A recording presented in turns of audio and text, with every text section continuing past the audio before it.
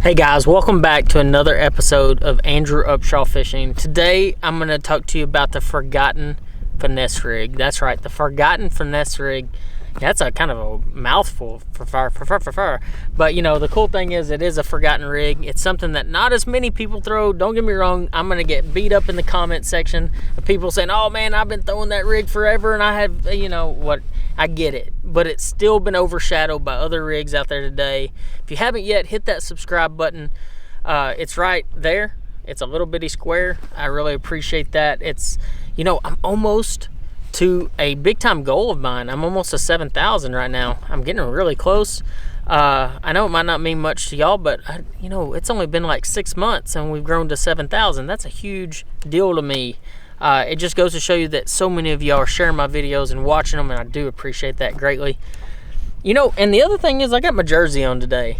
Please don't make fun of me too bad. You know, I didn't want to like not have my jersey on today because I have a short sleeve shirt on. I didn't want y'all to see the guns, and so I just figured I would cover up all the guns and all the muscle stuff. So, you know, I'm saving y'all. That's what it is, guys. I'm saving y'all today. I actually just got done filming a show for Let's Fish TV.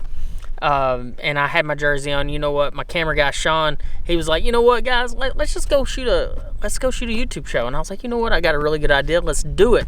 And that's what we did today. So make sure you stay tuned right after this for the Forgotten Finesse Rig show.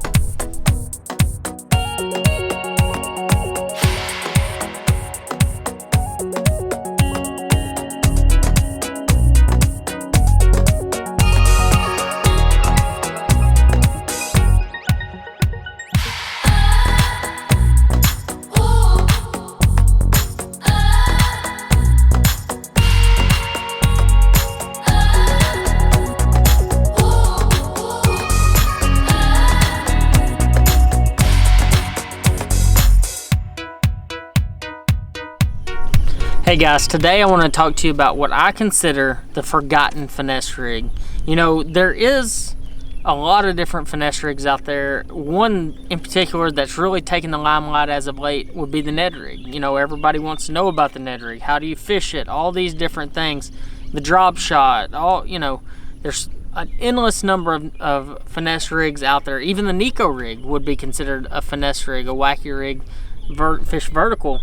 What I'm going to talk to you about today is what I consider forgotten is the shaky head. The shaky head probably was one of the first. I'm not going to sit there and quote, you know, history and say, well, it was made in 1874, thrown by whoever. I mean, I'm not going to sit there and say all that nonsense. I'm just going to tell you, it was the very first one that I ever learned was throwing a shaky head, and it's still one of the most effective tools in your tackle box. I feel like we all kind of look past it to pick up a wacky rig or you know, a drop shot or some other type of rig, but day in and day out the shaky head will catch big ones. Today I'm going to talk to you about the different types of shaky heads that I use, and I'm going to be the first to tell you there's not a single shaky head that I use that Strike King makes. And you know, my bosses and all that stuff, I'm sorry, that's just not one that I've found that I've incorporated in my game yet. So this is a raw, uncut, like this is just what I throw. Now the soft plastics that I throw in there, they're Strike King for the most part. I mean, I think it's, when it comes to soft plastics, I don't think you have to be that wild. I would say you don't have to go and throw like, you know, is there a difference between watermelon red and watermelon candy? Nah, I don't really think so. It's still a shade of watermelon, you know, and you've heard me say that before, especially jigs and things like that. I've always been a proponent as colors, and it's kind of secondary. It's more of profile and what you're throwing. But in the case of the jig heads that I throw, I break it down into either a heavy duty category, or I break it down into the type of cover that I'm fishing. And I have 5 different shaky heads that I throw. And these are them. The first one I'll talk about is this one right here. It's the Charlie Brewer head. This is old school right here now. The Charlie Brewer head, this is an 1/8 ounce. It's got a offset shank hook, and as you can see, you can actually rig this thing weedless. The cool thing about the Charlie Brewer head, this is what you want to fish when you're fishing around grass. This is the ultimate grass shaky head. So if I want to go throw it in the middle of a patch of hydrilla, I can throw this and it's not going to get snagged. It's going to come in and out. The only downfall of this one is it doesn't stand your bait up. It just kind of glides it through the cover. I learned this trick out in the Potomac, fishing Potomac River, James River. This is a big time tool for those people out there catching those river bass, but I've really incorporated it into pretty much any grass lake that I've ever gone to. The Charlie Brewer head is definitely one that I like. Probably the one shaky head that I throw the most is the Giggy head. I think Gambler makes this. I throw the 5/0 hook version. The 5/0 hook, it's still a thin wire hook. I just like a longer shank hook. That's the one I actually have rigged up right here. And I'll explain to you why more so in a minute, but this is the one I only throw in an 1/8 ounce. I have to actually thank Jim Tutt. Jim Tutt is a longtime FLW pro, a very, very good friend of mine, a mentor of mine back in the day. Got me super hooked on this Giggy head. It's super old school, but I just pretty much hook anything that bites it, and that's the number one key to me. It has a nail instead of a screw, and I think that is a big time key there because it doesn't use it as a weed guard, and I'll show you what I mean here in a minute. Another one I throw is a Rugby head. This is just I want to say this is maybe an 1/8 ounce as well, but you see this is a wide gap hook. Once again, I like different style hooks for different types of plastics. So if I'm throwing a Strike King Ocho or a Zero, something that has a real bulky bait, I want that wide gap hook because my hookup ratio is going to be exponential in comparison to throwing just your standard straight shank hook. So the thicker the plastic, the wider the gap hook that I use, and that Rugby head will go in around cover just like I need it to go. Actually, I think it kind of overwhelms your straight tail worms, your more finesse type baits.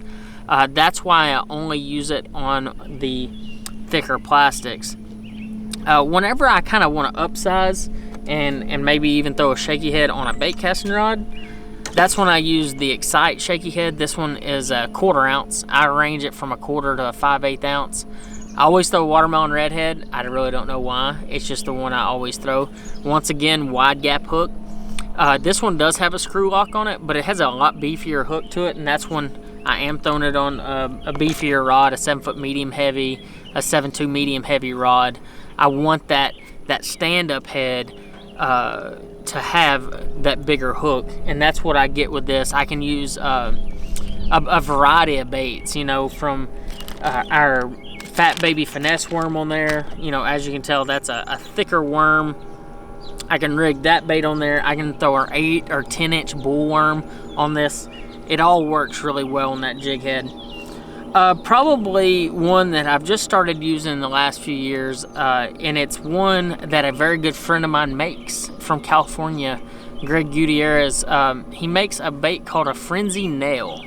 A Frenzy Nail is a West Coast shaky head. This is a rock, to me, a rock only shaky head. Okay, so like fishing with rock or clay, hard bottom kind of stuff. It's a stand-up head with a very unique style keeper that will hold your worm up. A smaller hook, so I'm not going to throw an oversized worm on this. I'm going to throw more of a true finesse worm. But that's what it was made for. I mean, it's throwing that more finesse worm on this rig. This has become one of my favorites. I throw it solely in a 3/16 ounce size. It just comes through cover so well. Definitely one that I keep on my deck all the time. So we've talked about the types of shaky heads that I use. Let's talk for a second about soft plastics.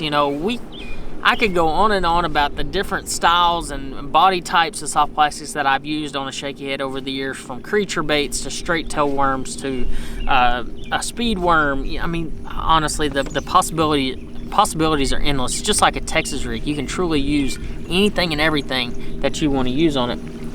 But when I have a limited amount of practice and I have a limited amount of time on a body of water, 9 times out of 10, I'm gonna rig up a straight tail worm. And I typically do it in 2 different sizes. I either use it in a 6.5 inch version or a 5 inch version. And I keep it very basic, okay? So I either use the Fat Baby Finesse worm by Strike King, or I use the 6.5 inch finesse worm. And the 6.5 inch finesse worm's typically what I grab first, especially if I'm on a body of water that has oversized fish. You know, that 2.5 to 4, 5, 6, 7, 10 pounders. That's the one I'm going to pick up. It just tends to catch that bigger fish, and that's what I look for. If I'm on a lake that has a lot of spotted bass, smallmouth, that's when I go with the Fat Baby Finesse worm. It's a little bit thicker body style, but man, I'm telling you right now, it catches some fish. So as far as colors go, I try to keep it fairly basic. As most of you know, I don't try to overwhelm myself in my brain by saying, oh, you need 100 different colors.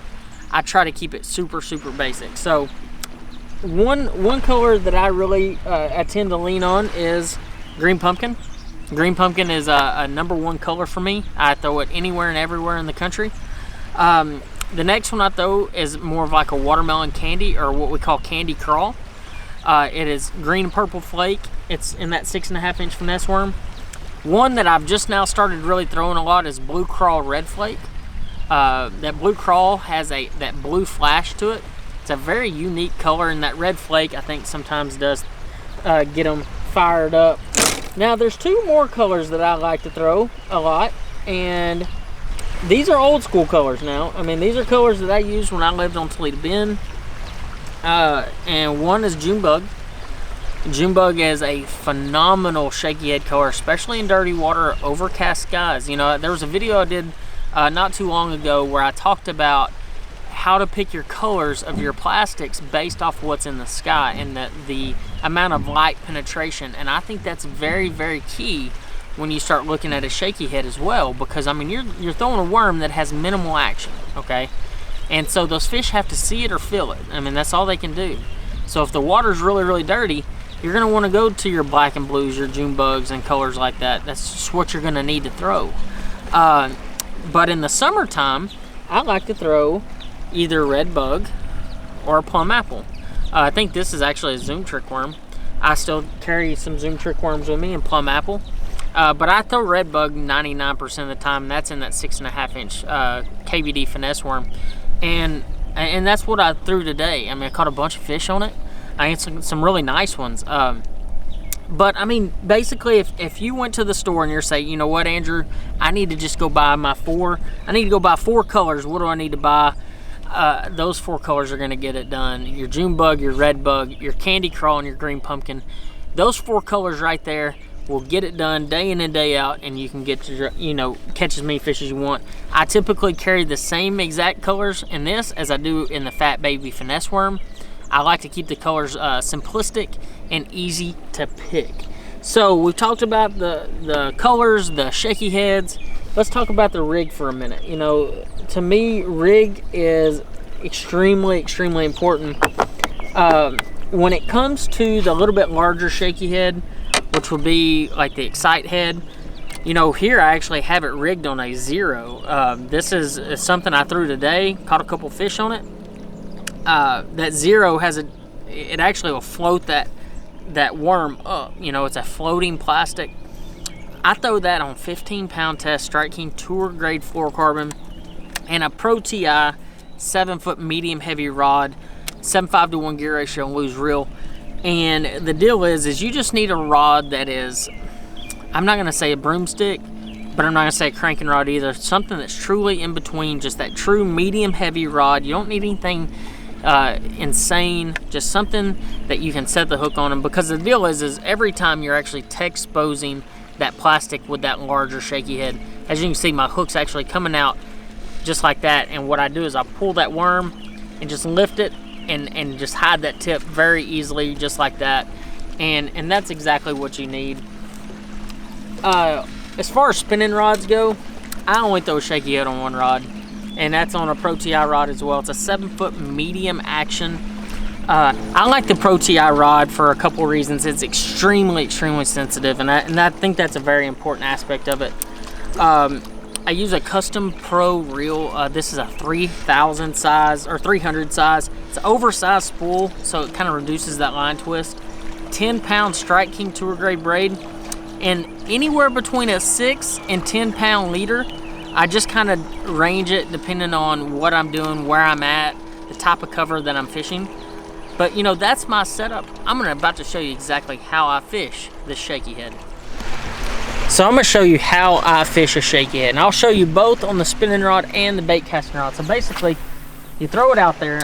Right now I'm just fishing a little ledge, and you know, 4 to 8 foot, and I'm throwing my 1/8 ounce Giggy head, and I am throwing it around rock. But in the case of the depth that I'm fishing, I want to throw it a lighter jig head. That's why I'm throwing the Giggy head. And if you notice, I'm just kind of dragging it. Okay, I'm not lifting it. I'm not doing anything like that. I actually want to keep that thing fairly close to the bottom and just kind of shake it along, especially in the case of me fishing this ledge right here. So if I was fishing a target, I might fish it a little bit differently. You know, I might raise it up, you know, like especially if I'm fishing a brush pile or something. I'll lift and drop, lift and drop. But I want to feel that ledge so I know exactly when I get to that drop. And the only way you're going to do that is by dragging that bait along there. As far as, you know, knowing when you're going to get a bite, the deal is with the finesse worm is you're going to get a lot of bites. You're going to get more bites than what you would on, you know, let's just say a 10-inch worm on a typical day. And I think that's a big key. But bottom contact is key, but the 1/8 ounce. So one cool thing that I don't ever really talk about is on that 1/8 ounce, if you're fishing a target, whether it's a cypress tree, or I say a cypress tree, a cedar tree, that 1/8 ounce falls so slowly and kind of twirls through the water that a lot of times those fish are going to eat it on the drop. And that's exactly why I throw that lighter weight. But in the case of the lake that I'm on today, not so much. The water's fairly dirty. I say dirty, it's just Oklahoma dirty. And that's dirty enough for me. But that's why I'm throwing a red bug KVD finesse worm on there today. But I mean, basically, man, all I'm doing is I just drag it along. It's super lazy fishing. Like if you watch me do it, you'd just be like, man, okay, that's pretty boring. But I'm telling you guys, like, you'd be surprised how many good fish I put in the boat throwing this KVD finesse worm on the shaky head. And you know, especially on a midsummer day, I mean, we caught quite a few fish today, 4 to 6 in just a little while, and a couple really nice 3-pounders on it. So I mean, it definitely gets you bit and gets you the right bite. See, I just fell off that ledge right there. I felt it fall down that ledge, and that's the importance of dragging it. So well, I've showed you how to do it on the spinning rod. Bait casting rod, it's much of the same. I mean, you basically throw it out, but this time on the bait casting rod, I tend to keep my rod tip higher. As you can tell, the spinning rod, I kept it low and I was dragging slow. On this rod, I'm keeping it high, and I'm just kind of like, I want to feel the rocks, but what I'm basically doing is keeping it in hook set ready for them. You know, sometimes I'll get lazy and I'll tend to drag it around and do all that stuff, but if I feel a bite here, all I got to do is reel down and set the hook across. You know, I don't have to do anything too crazy. And I think that's important, because the deal is they're not always going to hold on to it for the longest of times, and you might have a real short bite window, so you have to be ready to set the hook at all times. I've caught the biggest fish I ever caught on the big shaky head's an 11-pounder. I mean, it definitely catches those bigger than average fish. And like I said, there's a ton of different baits you can fish on a shaky head. I'm just giving you a handful of them. I just want you to go out there, get you some shaky heads, and go fish them. And I think that's probably the most important part, is just to go fishing. I mean, let's be honest, guys. Just get out there on the water and go fishing. Have fun. And take some techniques that you learn, hopefully from me on my YouTube channel, and apply them. You know, guys, thank you so much for watching my show today. I really appreciate all the support I get. If you haven't yet, and if you've made it this far, thank you. But if you haven't yet, hit that subscribe button in the bottom right-hand corner. It's a little bitty red square. And check out some of my other videos. I got some really cool ones. I just posted one about grass fishing, one about fishing during the full moon, caught a 7-pounder. Some really cool videos. So make sure you check those out. And again, thank you so much for watching this episode.